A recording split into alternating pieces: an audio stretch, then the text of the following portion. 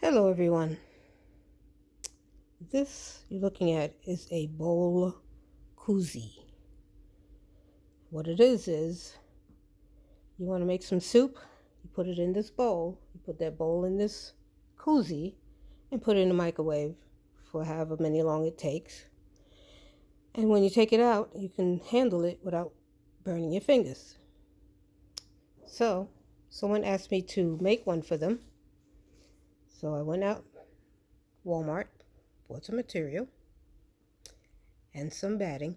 They both have to be 100% cotton.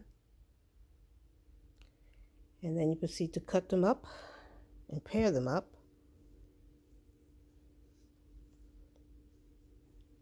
10 by 10.